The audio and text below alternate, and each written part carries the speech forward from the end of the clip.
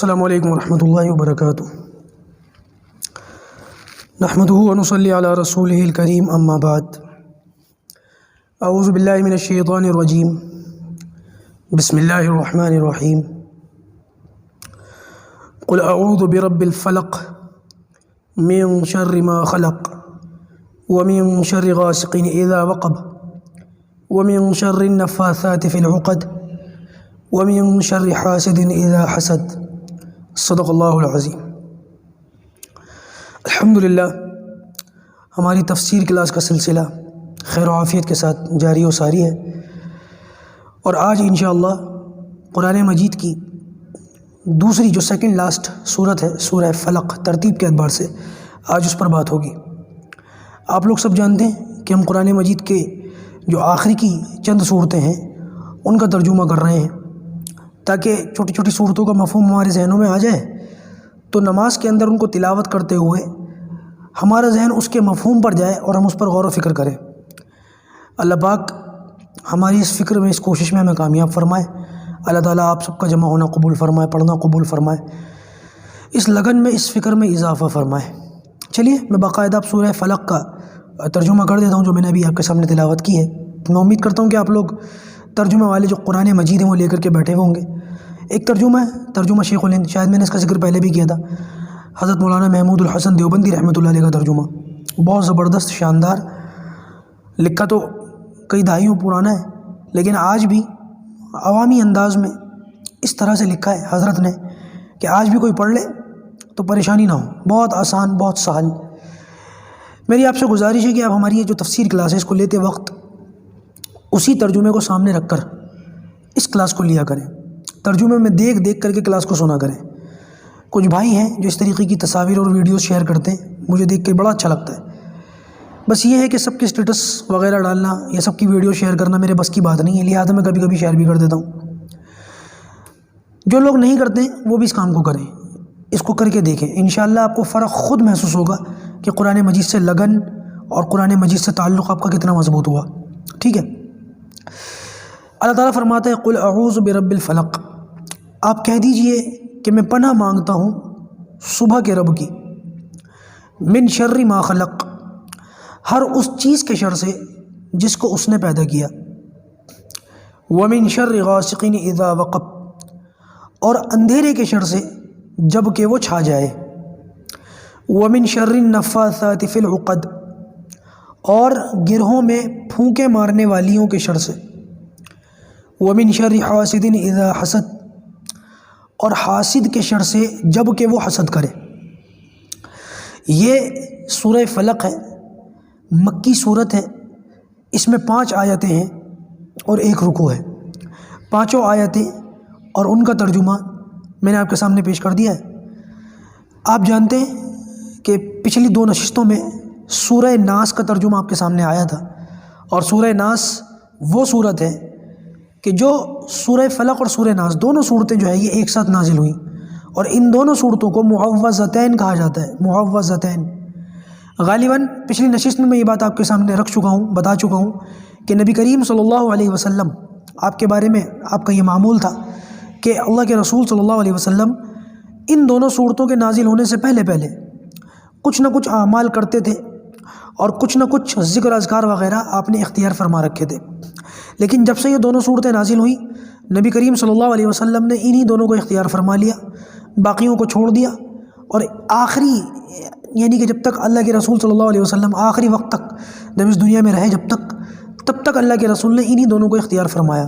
رات کو سونے سے پہلے اللہ کے رسول اس کو پڑھتے تھے، اپنے ہاتھوں پر دم کرتے تھے، اور پھر پورے بدن پر وہ ہاتھ مبارک اللہ کے رسول جہاں تک جائیں پھیر لیا کرتے تھے۔ امی عائشہ صدیقہ رضی اللہ تعالیٰ عنہ فرماتی ہیں کہ جب نبی کریم صلی اللہ علیہ وسلم بیمار ہوئے آخری وقت میں، اور اتنے بیمار ہو گئے کہ اب اللہ کے رسول صلی اللہ علیہ وسلم جو ہے وہ ان دونوں صورتوں کو پڑھ کے اپنے اوپر دم نہیں کر سکتے تھے، طبیعت اتنی زیادہ ناساز تھی۔ تو امی عائشہ صدیقہ رضی اللہ تعالیٰ عنہ فرماتی ہیں کہ پھر میں نے یہ کام کیا کہ میں ان دونوں صورتوں کو پڑھتی تھی، اور پڑھنے کے بعد میں ان دونوں صورتوں کو اللہ کے رسول صلی اللہ علیہ وسلم کے دونوں ہاتھوں مبارک پر دم کر دیا کرتی تھی، اور پھر وہ دونوں ہاتھ اللہ کے رسول صلی اللہ علیہ وسلم کے چہرے جو ہے پورے بدن پر پھیر دیا کرتی تھی۔ امی عائشہ فرماتی ہے پڑھتی میں تھی، کیونکہ اللہ کے رسول کی طبیعت ایسی نہیں ہوتی تھی کہ آپ پڑھ سکیں، لیکن میں خود اپنے ہاتھوں پہ دم کر کے نہیں پھیرتی تھی، بلکہ اللہ کے رسول صلی اللہ علیہ وسلم کے ہاتھوں پہ دم کرتی تھی۔ اس کی وجہ بھی امی عائشہ نے بیان فرمائی، کہتی ہے کہ میں اپنے ہاتھوں پر دم کیوں نہیں کرتی تھی، اللہ کے رسول کے ہاتھوں پر کیوں کرتی تھی اور ان کو کیوں پھیرتی تھی؟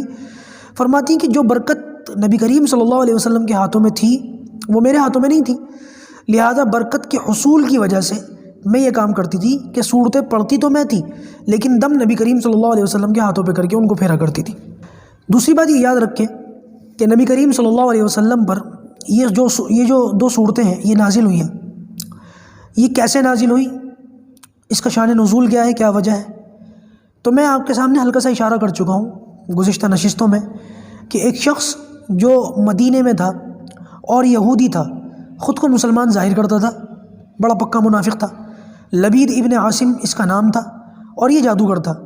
اس نے اپنی دو بیٹیوں کے ساتھ مل کر نبی کریم صلی اللہ علیہ وسلم پر جادو کیا، اور اس جادو کا اثر بھی نبی کریم صلی اللہ علیہ وسلم کی طبیعت کے اوپر محسوس کیا گیا، اور یہ جو جادو کا اثر تھا یہ اللہ کے رسول صلی اللہ علیہ وسلم پر 6 مہینوں تک رہا۔ اچھا، میں بتا چکا ہوں گزشتہ نشستوں میں کہ نبی کریم صلی اللہ علیہ وسلم پر جب اس جادو کا اثر ہوا تو اللہ کے رسول صلی اللہ علیہ وسلم کھانا کھا چکے یا نہ کھا چکے اس میں بھول چوک ہو جاتی تھی۔ بعض علماء یہ فرماتے ہیں کہ نبی کریم صلی اللہ علیہ وسلم پر جادو ہو ہی نہیں سکتا۔ کیوں؟ وجہ اس کی یہ ہے کہ اگر اللہ کے رسول صلی اللہ علیہ وسلم پر بھی جادو ہو جائے تو پھر نبوت کی جو ذمہ داری ہے اس میں شک ہو جائے گا۔ کیوں؟ کیونکہ اگر نبی کریم صلی اللہ علیہ وسلم پر جادو ہو جاتا ہے اور ہم مان لیتے کہ ہو جاتا ہے تو پھر ہم یہ کیسے کہہ سکتے ہیں کہ جو بات اللہ کے رسول صلی اللہ علیہ وسلم کی زبان مبارک سے نکلی ہے وہ نبوت کی ذمہ داری کی وجہ سے نکلی ہے، یہ جادو کے اثر سے نکلی ہے؟ تو اس کا مطلب یہ ہے کہ نبوت کی جو ذمہ داریاں ہیں وہ بھی مشکوک ہو جائیں گی، اس پر بھی یقین کرنا نہ کرنا دشوار ہو جائے گا۔ لیکن بعض علماء یہ فرماتے ہیں کہ نبی کریم، اور مجھے یہ دوسرا جواب زیادہ پسند ہے جو علماء نے فرمایا، علماء کی یہ دوسری رائے زیادہ مجھے پسند ہے، وہ یہ کہ نبی کریم صلی اللہ علیہ وسلم کے اوپر جادو کا اثر تو ہوا تھا، اور جادو کا اثر وہ نبوت کی ذمہ داریوں پر نہیں بلکہ انسانی اور بشری جو صحت ہوتی ہے، بشری تقاضا ہوتا ہے، اس کے اوپر ہوا تھا۔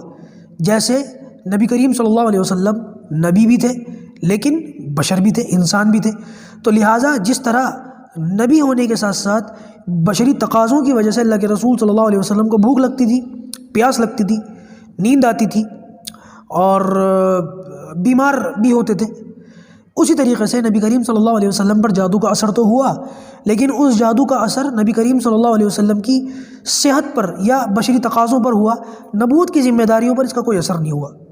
نبوت کی جو ذمہ داریاں تھیں اللہ پاک نے اس کو جو ہے اس جادو کے اثر سے محفوظ رکھا۔ فرمایا کہ قل اعوذ برب الفلق، سب سے پہلی آیت ہے، آپ کہہ دیجئے، قل آپ فرما دیجئے، اعوذ میں پناہ مانگتا ہوں، برب الفلق صبح کے رب کی۔ دیکھیے فلق جو لفظ ہے اصل تو اس کے معنی آتے ہیں پھٹنا۔ فلق کہتے ہیں کسی چیز کے پھٹنے کو، جب کوئی چیز پھٹتی ہے اس کو عربی کے اندر فلق کہا جاتا ہے۔ اللہ تعالیٰ نے یہاں پر صبح کے لیے فلق کا لفظ استعمال کیا ہے۔ یہ بات یاد رکھیے گا کہ دنیا میں جتنی بھی چیزیں ہیں ان میں اکثر چیزیں ایسی ہیں کہ جب بھی وہ پھٹتی ہیں تو ان کے اندر سے کچھ نہ کچھ نکلتا ہے، کچھ نہ کچھ ظاہر ہوتا ہے۔ مثال کے طور پر دانہ پھٹتا ہے تو اس میں سے کونپل نکلتی ہے، گٹھلی پھٹتی ہے تو اس میں سے پھل نکلتا ہے، زمین پھٹتی ہے تو اس میں سے جو ہے وہ کھیت کھلیان نکلتے ہیں۔ اسی طریقے سے جب پہاڑ پھٹتا ہے تو اس میں سے پانی وغیرہ نکلتا ہے، اور جب رات کا اندھیرا پھٹتا ہے، رات کی پو پھٹتی ہے تو اس میں سے صبح کا اجالا نکلتا ہے۔ تو یہاں پر اللہ تبارک و تعالیٰ نے جو لفظ استعمال فرمایا وہ ہے فلق، صبح کا پھٹنا، یعنی رات کا جب اندھیرا پھٹتا ہے تو اس میں سے صبح نکل جاتی ہے۔ یہ بات یاد رکھیے گا کہ یہ جو اب دوسری آیت ہے اس میں من شر ما خلق، کہ میں جو ہے قل اعوذ برب الفلق، میں پناہ مانگتا ہوں صبح کے رب کی، من شر ما خلق، ہر اس چیز کے شر سے جس کو اس نے پیدا کیا، یعنی کہ مخلوق کے شر سے، مخلوق کے شر سے بھی پناہ مانگی گئی ہے اس دوسری آیت کے اندر۔ یہ بات یاد رکھیے گا کہ مخلوق ہر اس جو ہے چیز کو کہتے ہیں جس کو اللہ تعالیٰ نے پیدا کیا گیا ہو، اور یہ بات بھی یاد رکھیے گا کہ مخلوق کے اندر خیر کا پہلو بھی ہوتا ہے اور شر کا پہلو بھی ہوتا ہے۔ جتنی چیزیں ہیں یا جتنی چیزیں ہمیں جاندار غیر جاندار نظر آ رہی ہیں، ان سب کے اندر خیر کا پہلو بھی ہے اور شر کا پہلو بھی ہے، اور کچھ چیزیں ایسی ہیں جن کے اندر خیر کا پہلو زیادہ ہے اور کچھ چیزیں ایسی ہیں جن کے اندر شر کا پہلو زیادہ ہے۔ لیکن بعض مرتبہ انسان اپنی کوتاہیوں کی وجہ سے، اپنی لا علمی کی وجہ سے، ایسی چیزیں کہ جن کے اندر خیر کا پہلو ہی ہوتا ہے یا خیر کا پہلو زیادہ ہوتا ہے، بندہ ان چیزوں کو بھی اپنے حق میں شر بنا لیتا ہے۔ مثال کے طور پر نماز، کتنی اچھی چیز ہے نماز، رکوع، سجدہ، قرآن کی تلاوت، اللہ کے سامنے عاجزی انکساری، مسلسل خیر، سراپا خیر۔ لیکن یہ نماز اگر اللہ تعالیٰ کو راضی کرنے کے بجائے کسی کو دکھانے کے لیے پڑھی جائے تو اب یہ خیر انسان نے اپنے حق میں شر بنا لیا۔ اسی طریقے سے صدقہ خیرات، صدقہ کرنا، خیرات کرنا کتنی اچھی چیز ہے، اللہ کو راضی کرنے کے لیے مال دیا جائے۔ لیکن اگر کوئی شخص صدقہ خیرات اس لیے دے تاکہ لوگ اس کو سخی گائیں، لوگوں میں اس کا بڑا نام ہو، تو اب یہ خیر کی چیز اس نے اپنے حق میں شر بنا لی۔ بالکل اسی طریقے سے اگر کوئی شخص جو ہے وہ جہاد کرتا ہے، کتنا بڑا عمل، کتنی اونچی چیز ہے جہاد، لیکن اگر کوئی شخص جہاد اس لیے کرے تاکہ لوگ اس کو مجاہد کہیں یا اس کو مال اور دولت ملے، تو اب یہ اتنا اونچا عمل بھی، اتنا زبردست کام بھی بندے نے اپنے حق میں اپنی نادانی کی وجہ سے اپنے حق میں شر بنا لیا۔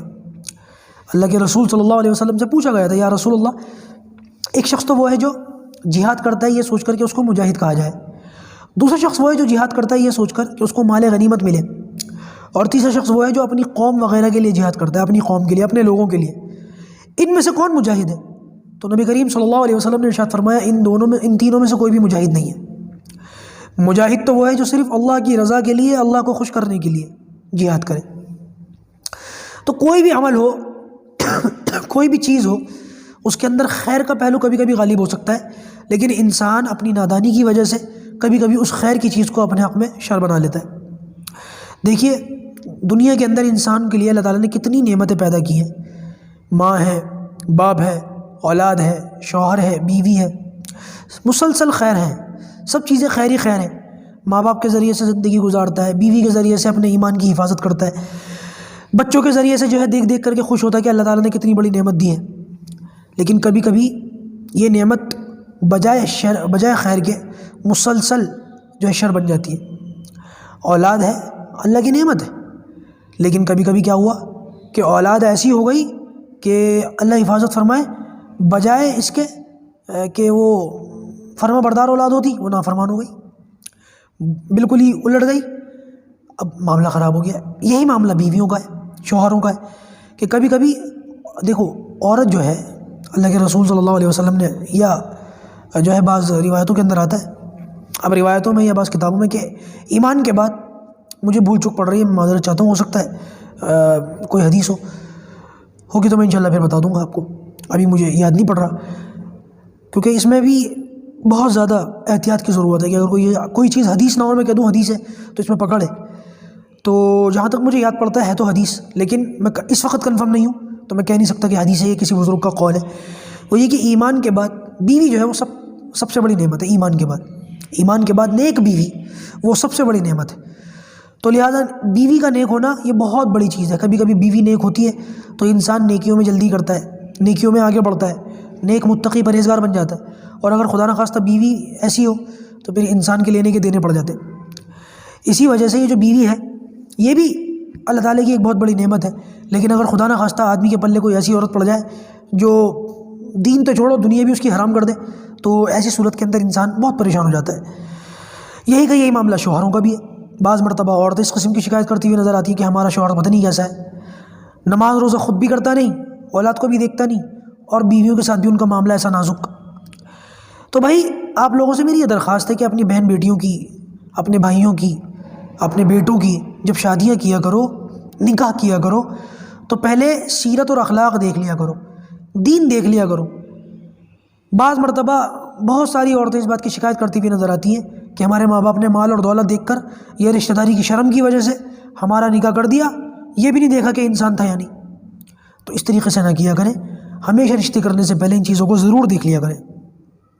تو عرض یہ کر رہا تھا کہ ہر چیز کے اندر خیر کا پہلو بھی ہے اور شر کا پہلو بھی ہے، لیکن بعض مرتبہ انسان اپنی کوتاہی کی وجہ سے خیر کے پہلو کو بھی اپنے حق میں شر بنا لیتا ہے۔ مثال کے طور پر میں نے اس کی کئی مثالیں دے دی، ایک آدھ مثال اور دیتا ہوں۔ مثال کے طور پر مال ایک اچھی چیز ہے، یاد رکھیے گا، روپیہ پیسہ اتنی مذمت بھی ٹھیک نہیں ہے کہ جتنی لوگ مذمت آج کل کے کرتے ہیں کہ مال تو بڑی بری چیز ہے، مال رکھنا ہی نہیں چاہیے، مال ہونا ہی نہیں چاہیے۔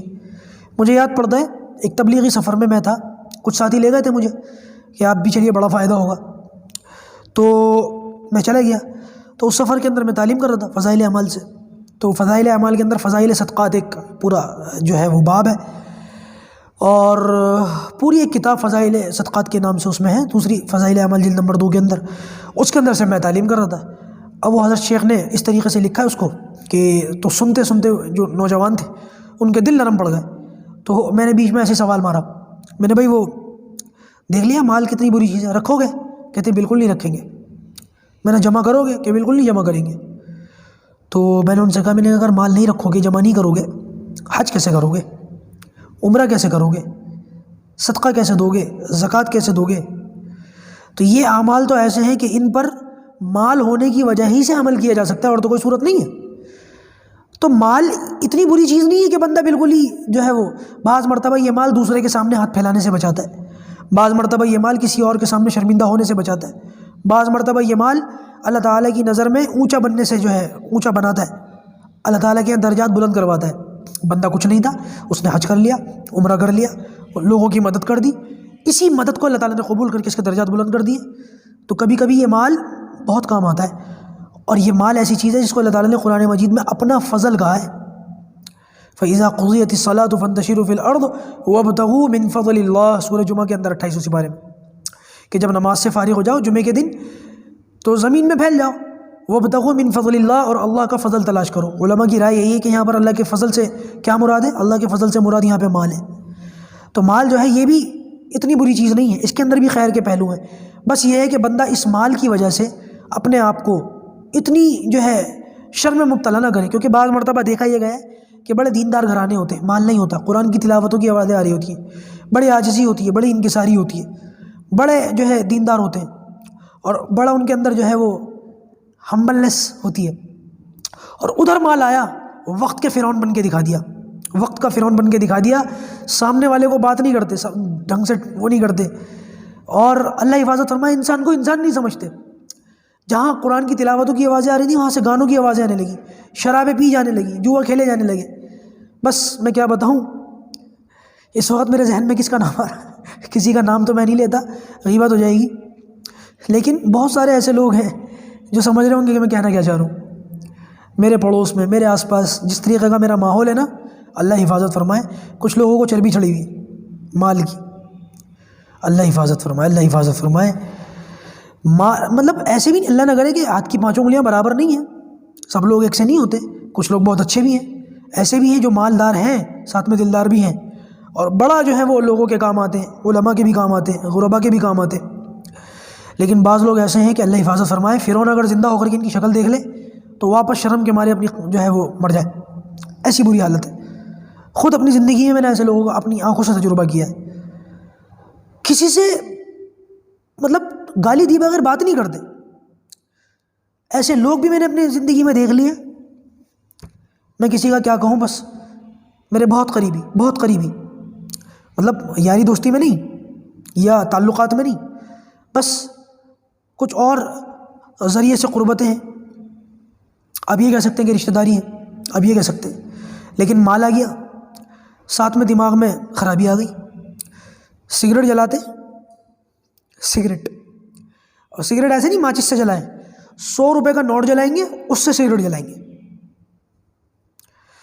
ارے بھائی 100 روپے کسی غریب کو دے دو، لعنت ہے اس سوچ پر کہ اللہ تعالیٰ نے فضل دیا، مال اللہ کا فضل تھا، اس کو اس طرح سے جو ہے بیکار کیا، اس طریقے سے بے حرمتی کی۔ بہت سخت عذاب ہے اللہ تعالیٰ کا جب پکڑ آئے گی نا۔ تو بس بعض میرے اطراف میں، بعض میرے آس پاس ایسے لوگ بھی ہیں کہ اللہ حفاظت فرمائے، اللہ حفاظت فرمائے، زمین پر پیر رکھ کے نہیں چلتے، جہاں ذرا سی کسی سے کوئی بات ہو گئی سیدھا چھوٹتے ہی گالی دیتے ہیں، ماں کی اور بہن کی۔ اور کچھ ٹائم پہلے، کچھ سالوں پہلے لوگوں سے قرض مانگتے پھرتے تھے بھیک کی طرح.